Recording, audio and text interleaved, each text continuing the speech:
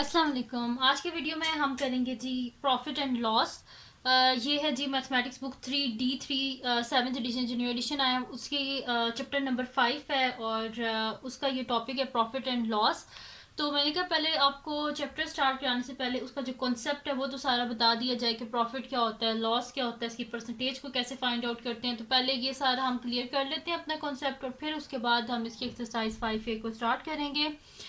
और अगर अभी तक आपने मेरा चैनल सब्सक्राइब नहीं किया तो इसको सब्सक्राइब कर दीजिए और बेल आइकन को लाजमी प्रेस कर दीजिएगा ताकि आपको न्यू आने वाली वीडियोस के बारे में पता चल सके। और जो मेरा सेकंड चैनल है जिसके बीच में मेरी कुकिंग की, क्राफ्ट्स की, रिडल्स की वीडियोस हैं, उसका लिंक भी डिस्क्रिप्शन में है, उसको भी सब्सक्राइब कर दीजिएगा। और जो मेरी बहन का चैनल है उसका लिंक पे डिस्क्रिप्शन में है, उसको भी सब्सक्राइब कर दीजिएगा। तो स्टार्ट करते हैं। प्रॉफिट एंड लॉस है हमारे पास। तो अच्छा, ये खाली बुक 3 के लिए नहीं है, अगर आप लोगों को वैसे भी ज़रूरत है किसी भी फील्ड में तो प्रॉफिट और लॉस यही रहेगा, चेंज नहीं होता। तो प्रॉफिट क्या होता है जी हमारे पास? If the goods are sold at a higher than the cost price the manufacturers make a profit और गेन।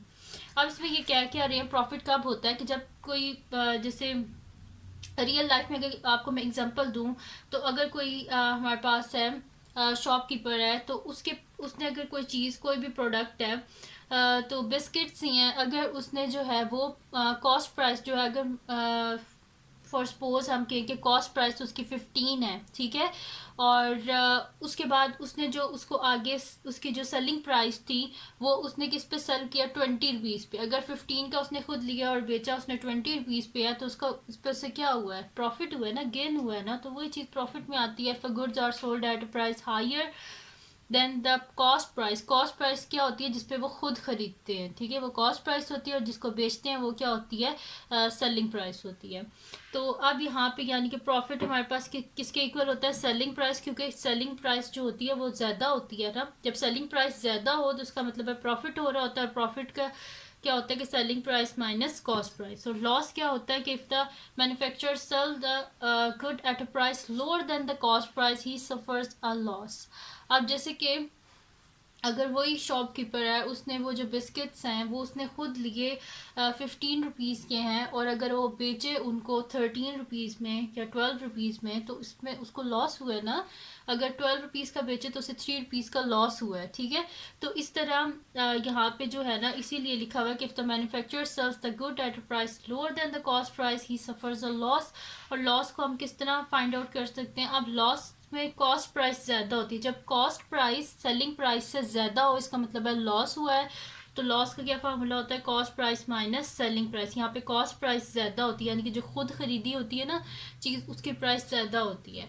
तो ये हो गया प्रॉफिट लॉस। अब चलते हैं इनकी परसेंटेज की तरफ कि प्रॉफिट लॉस की परसेंटेज किस तरह फाइंड आउट कर सकते हैं। अच्छा, प्रॉफिट और लॉस की जो परसेंटेज है ना, वो क्वेश्चन में आपको मेंशन होगा कि आपने किस तरह प्रॉफिट को फाइंड आउट करना है, as a percentage of cost price या as a percentage of selling price, ठीक है। वैसे मोस्टली जो रियल वर्ल्ड है उसमें तो सेलिंग प्राइस को यूज़ किया जाता है, लेकिन हम आपके बुक की देखेंगे क्वेश्चन में कि क्या उन्होंने लिखा हुआ है, उस सिचुएशन को देख के हम फिर फॉर्मूला यूज़ करेंगे।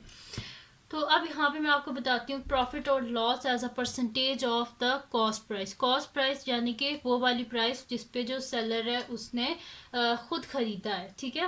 तो यानी कि profit divided by cost price, यानी कि जितना भी प्रॉफिट हुआ इसे कॉस्ट प्राइस पे डिवाइड करेंगे और मल्टीप्लाई बाय 100% कर देंगे तो हमारे पास क्या आ जाएगी? प्रॉफिट की परसेंटेज आ जाएगी as a percentage of cost price. Profit as a percentage of cost price हमारे पास आ जाएगा। इसी तरह अगर लॉस को फाइंड आउट करना है, loss as the percentage of cost price, ये मैं आपको बता रही हूँ, loss as the percentage of cost price, क्योंकि आपकी जो बुक है इसमें मोस्टली जो क्वेश्चन है उसमें उनने बताया हुआ है कि लॉस को फाइंड आउट करें as the percentage of cost price या loss find the loss as the percentage of selling price. अगर तो किसी जगह लिखा हो ना कि आपने फाइंड आउट करना है, लॉस को फाइंड आउट करना है या प्रॉफिट को फाइंड आउट करना है as the percentage of selling price, तो बस कुछ भी नहीं करना, यहाँ पे कॉस्ट प्राइस की जगह क्या लिख देना है? सेलिंग प्राइस लिख देना है बस, और कोई खास चेंजिंग नहीं है। और जो मैंने यहाँ पे फिर मोस्टली जो रियल वर्ल्ड है उसमें जो केसेस होते हैं वहाँ पे प्रॉफिट और लॉस जो होता है ना उसको किससे एक्सप्रेस किया जाता है, as the percentage of selling price. तो बस करना क्या, profit divided by selling price, loss divided by selling price. अगर सिचुएशन में यानी कि अगर क्वेश्चन में लिखा हो कि प्रॉफिट या लॉस को फाइंड आउट करें as a percentage of selling price, तो आपने फिर यहाँ पे सेलिंग प्राइस कर लेना है, यहाँ पे भी सेलिंग प्राइस कर लेना है। अब चलते हैं इसकी किसी एग्जाम्पल की तरफ ताकि आप लोगों को समझ आए कि इनको करना किस तरह है। तो एग्जाम्पल है जी हमारे पास कि यहाँ पे मैं आपको बताऊंगी प्रॉफिट और loss as the percentage of cost price और सेलिंग प्राइस। अब मैं दोनों सिचुएशन आपको करवाऊंगी ताकि आप लोगों के लिए आगे पूरे चैप्टर में कोई मसला ना हो।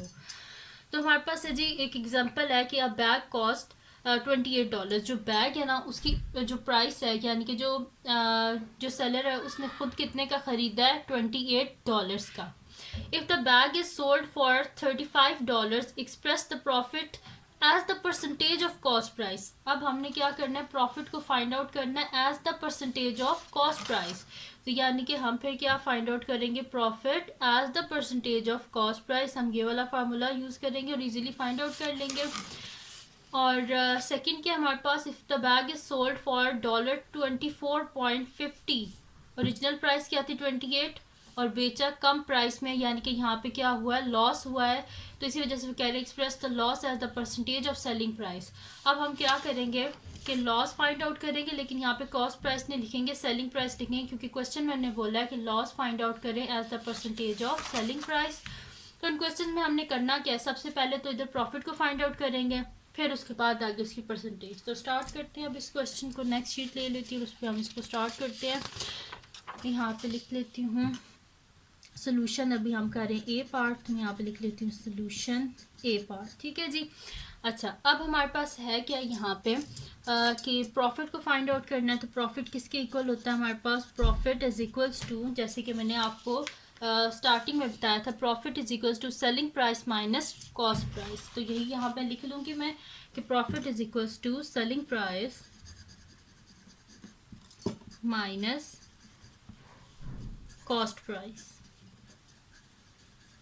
ठीक है जी। तो सेलिंग प्राइस क्या थी इसकी, उसने क्या किया था, बैग इज सोल्ड फॉर, उसने सेलिंग प्राइस किया यानी कि 35 है। तो यहाँ पे मैं लिख दूंगी कि $35 माइनस कॉस्ट प्राइस, यानी कि खुद कितने की उसने ख़रीदा था, $28। तो $28। तो उसको माइनस करके देख लेते हैं क्या आ जाता है हमारे पास। 35 में से 28 को माइनस करने पीछे आता है 7। तो मैं यहाँ पे लिख दूंगी प्रॉफिट कितना हुआ है उससे, $7। तो रिक्वायर्ड परसेंटेज, अब परसेंटेज उन्होंने क्या बोला, क्या फाइंड आउट करें, express the profit as the percentage of cost price, यानी कि परसेंटेज कौन सी फाइंड आउट करनी, कॉस्ट प्राइस वाली। तो मैं यहाँ पे लिख देती हूँ required percentage is equals to, हमारे पास क्या होगी, ये वाली हम फाइंड आउट करेंगे। ठीक है, profit divided by cost price multiply by 100%। ठीक है, तो मैं यहाँ पे ये लिख भी देती हूँ ऊपर कि profit divided by cost price multiply by 100%। ठीक है, तो प्रॉफिट कितना है हमारे पास, यहाँ पे $7 का प्रॉफिट हुआ है ना, तो यहाँ पे लिख देते हैं $7 डिवाइडेड बाय कॉस्ट प्राइस, इसकी क्या थी, cost price 28 divided by $28 multiply by 100%। ठीक है, अब 7 4 ज़ा 28 और ये डॉलर और डॉलर यहाँ से ख़त्म हो गया, तो यहाँ पे आ जाएगा 1/4 मल्टीप्लाई बाय 100%। 425 का होता है हमारे पास 100, तो 1 इंटू 25 ही होता है, यानी कि प्रॉफिट रिक्वायर्ड परसेंटेज हमारे पास क्या आ गया, profit percentage as a cost price हमारे पास क्या आ गया, 25% आ गया। ठीक है, तो परसेंटेज हमने फाइंड आउट कर लिया, profit as a percentage of cost price, तो ये आ गया इसका आंसर। अब करते हैं इसका हम नेक्स्ट पार्ट जो कि हमारे पास है इसका बी पार्ट हमारे पास है कि if the bag is sold for $24.50, express the loss as the percentage of selling price. Loss को फाइंड आउट करना है as the percentage of selling price, यानी कि आप कॉस्ट प्राइस नहीं, अब डिनोमिनेटर में हम सेलिंग प्राइस लिखेंगे, ठीक है। तो सबसे पहले तो यहाँ पे हम लॉस फाइंड आउट कर लेते हैं। तो लॉस का क्या मैंने आपको बताया था formula, loss is equal to cost price minus selling price, बस ये फाइंड आउट करेंगे। तो मैं यहाँ पे लिख देती हूँ कि सोल्यूशन, अब बी पार्ट है हमारे पास, तो सोल्यूशन बी पार्ट, तो मैं यहाँ पे लिख दूँगी कि सबसे पहले तो लॉस को फाइंड आउट करना है। तो लॉस इज इक्वल टू हमारे पास क्या होता है कि cost price minus selling price. तो कॉस्ट प्राइस क्या है हमारे पास, यहाँ पे कॉस्ट प्राइस क्या थी 28 और सेलिंग प्राइस क्या थी हमारे पास 24.50। तो यहाँ पे मैं लिख देती हूँ $28 माइनस $24.50, ठीक है। ये आ गया मेरे पास, इसको माइनस कर लेते हैं यहाँ से। तो मेरे पास क्या आ जाएगा यहाँ पे, इसको माइनस करने के बाद यहाँ पे देखिए 28 है मेरे पास, तो यहाँ पे 24 है, और यहाँ पे मैं से लिख लेती हूँ 28 पॉइंट, यहाँ पे क्या आ जाएगा, क्योंकि पॉइंट के बाद यहाँ पे 2 डिजिट्स हैं, तो यहाँ पे हम 2 ज़ीरोज़ लिख लेते हैं, और 24.50, ठीक है। माइनस कर लेते हैं, ये 10 हो जाएगा, ठीक है, फिर 9 और ये 10 हो गया। या इसको रहने दें, इसको हम 10 ही कंसिडर कर लेते हैं, ये तो 0 है ना, आगे इसको करने की ज़रूरत नहीं है। अच्छा, यहाँ पे 7 हो जाएगा और ये 10 हो जाएगा, तो 0 में से 0 गए 0, 10 में से 5 गए तो 5.7 में से 4 गए तो 3, ठीक है। तो क्या आ जाएगा $3.50। तो मैं यहाँ पे लिख देती हूँ लॉस क्या है हमारे पास, $3.50 का यहाँ पे लॉस हुआ है। तो ये आ गई मेरे पास इसकी लॉस वाली प्राइस आ गई। अब क्या फाइंड आउट करना है हमने फाइंड आउट करना है कि loss as the percentage of selling price. तो मैं यहाँ पे लिखूंगी required percentage is equals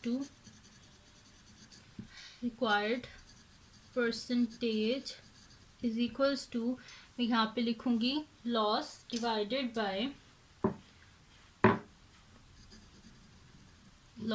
divided by selling price multiply by 100%, ठीक है। तो लॉस क्या यहाँ पे हमें कितना हुआ है $3.50 डिवाइडेड बाय सेलिंग प्राइस, यहाँ पे क्या है इसकी 24.50, तो इसे डिवाइड कर देते हैं $24.50 से और मल्टीप्लाई बाय 100%। अब यहाँ से हमने पॉइंट को ख़त्म करना है, तो पॉइंट को ख़त्म करने के लिए पॉइंट के नीचे लिखेंगे 1 और ये डॉलर और डॉलर यहाँ से कैंसिल आउट हो जाएगा।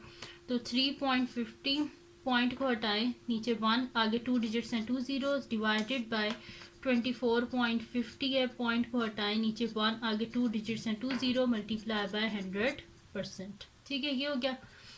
अब हम क्या कर सकते हैं, यहाँ पे जब डिवीजन को हमने मल्टीप्लाई में चेंज करना हो तो उसका रेसिप्रोकल ले लेते हैं, बस इसी तरह कर देंगे 350 divided by 100 multiply by 100 by 2450, ठीक है। इसमें किया क्या मैंने कि ये डिवीजन में था ना, ये देखें डिवाइड हो रहा है, ये वाली फ्रैक्शन इस वाली फ्रैक्शन से डिवाइड हो रही है, डिवाइड को मल्टीप्लाई में चेंज करने के लिए इसका रेसिप्रोकल ले लिया है और मल्टीप्लाई बाय 100%। अब ये वाला 100 और ये वाला 100 ये दोनों आपस में कैंसिल आउट, ये 0 और 0 आपस में कैंसिल आउट, और हमारे पास क्या होता है कि 35 जो होता है ना हमारे पास 7 जा होता है 245। तो मैं यहाँ पे लिख देती 35 1 जा 35 7 जा 245, ठीक है।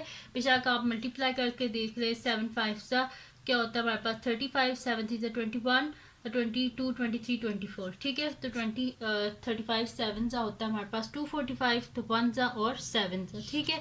यानी कि मेरे पास क्या आ गया यहाँ पे 1 multiply by 100% divided by 7। This implies ये क्या आ जाएगा यहाँ पे मेरे पास यहाँ पे कि मेरे पास आ जाएगा 100 डिवाइडेड बाय ये 1 है, ठीक है, 100 डिवाइडेड बाय 7 और साथ में परसेंट।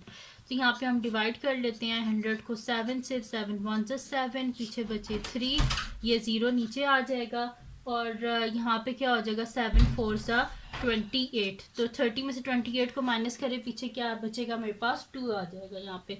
दिस इम्प्लाइड यहाँ पे मेरे पास इसका आंसर क्या आ जाएगा 7 होल मेरे पास है यहाँ पे 7 है, और आंसर क्या है 14 डिवाइडेड बाय 2, तो इसको लिखेंगे हम इस तरह कि ये मेरे पास आ जाएगा 14, यहाँ पे मैं लिख देती हूँ इसको 14 होल आंसर क्या है, रिमाइंडर क्या आया इसका 2 आया, तो वो आ जाएगा हमारे पास न्यूमरेटर में 2 बाय यहाँ पे आ जाएगा डिनोमिनेटर में 7, तो 14 होल 2 बाय 7 और साथ में आ जाएगा परसेंट। ठीक है, तो ये आ गया इसका आंसर हमारे पास 14 होल 2 बाय 7%।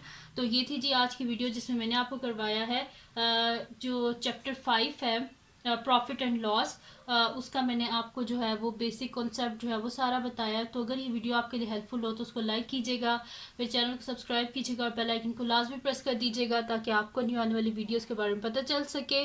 और ये जो परसेंट है ये साइड पे लिखा हुआ है, ठीक है, डिनोमिनेटर में नहीं है, ये साइड पे परसेंट है। तो और मुझे अपनी दुआओं में लाजमी याद रखिएगा। अल्लाह हाफिज़।